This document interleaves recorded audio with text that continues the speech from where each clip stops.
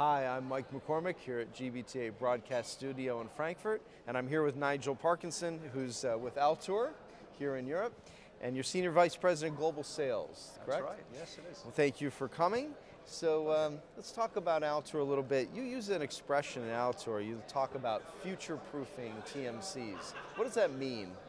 What's that all about? Right, well that's kind of a lofty ambition, isn't it? And I suppose it would be very arrogant of me to suggest we are future-proofing the whole of TMCs. Right. We're focusing on our bit of the jungle, really. So it breaks down like this when we're talking about future-proofing. We talk about our people, first of all, and if you work on the old adage that 90% of any victory is morale, right, we focus on the people. So right, we talk to our internal stakeholders, and if you think about an agent within our TMC, or any TMC really, we try and engage them in industry issues, a lot of which are being talked about today. So things like, why should an agent care about NDC? Why should an agent care about the changes that are coming down the line with data? Right. So we try and give them some background, some context around that. We incentivize them, so we make sure they're incentivizing we want them to make the right decisions on behalf of our organization. We need to make sure they're focused and incentivized in the right way. And give them a voice within our organization, try and get, hopefully younger people into the organization who want a career progression. They want to know if they start as an agent, they can be the chief exec eventually if that's what they want to do. Right. So we look at our people, we look at our customers, and we, bear in mind, primarily we're dealing with the SME markets, so we're not dealing with the huge corporations generally.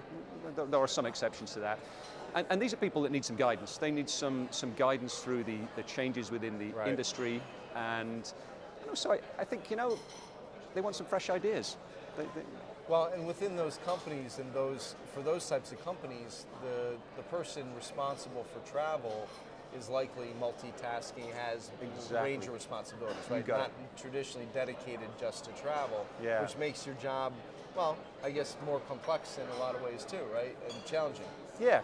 I think you've got to put yourself in the shoes of that person. You're exactly right. They've got a million and one other things to do. Travel is so emotive, as you know. So I guess it's like a pendulum, sometimes it's the most important thing in their world, and other times they just want to forget about it. And I think, those ideas, every 21-year-old in their bedroom is inventing an app at the moment, and we've got to try and make sense of that and present it to our clients in a way that says, some of this is just not appropriate for you, some of it's going to work wonderfully well. And it's about a roadmap, a longer term roadmap. Exactly right. And I think, in terms of future-proofing as well, the sort of third pillar, if you like, would be our suppliers, and I see air and hotel, I'd like to think we do a great job, we've got great partners there, but we're looking at some interesting people, interesting other partners we can bring into the mix now, and it's an area of great growth and interest for us. So, like with, at different times, talk about a pendulum swinging, you have a lot of focus on things like ancillary fees and a lot of the, let's say, hidden costs of travel, and then other times not so much. Tell me a little bit about that from an ALTOUR perspective. Are you focused on that now? Is that a big issue? Personally, I'm extremely passionate about this. And as a company, we are, and we're trying to affect change within our organization. And I think, and ancillary to me is something, it supports, ancillary supports your core function. So if our core function would be primarily air and hotel, I think that's going to change and is changing. It's going to be all those, from restaurants to ground transportation to, we kind of start with the easy stuff. You could maybe start with the easy stuff like a Heathrow Express. In my backyard, it's an easy thing for us to do. We just need to make it easier for our agents to do that. And then you build on some more interesting stuff. I don't want to disrespect Heathrow Express there, but things like restaurants, and if you can give agents and clients information, what can you do with that? How can you make those connections? So looking ahead for 18, with all certainly in a healthier economy, healthier markets, prices have been going up. Yeah, right. Where for travel buyers, where should they be focused to find new value, new savings, new opportunities? What do you see ahead in 18?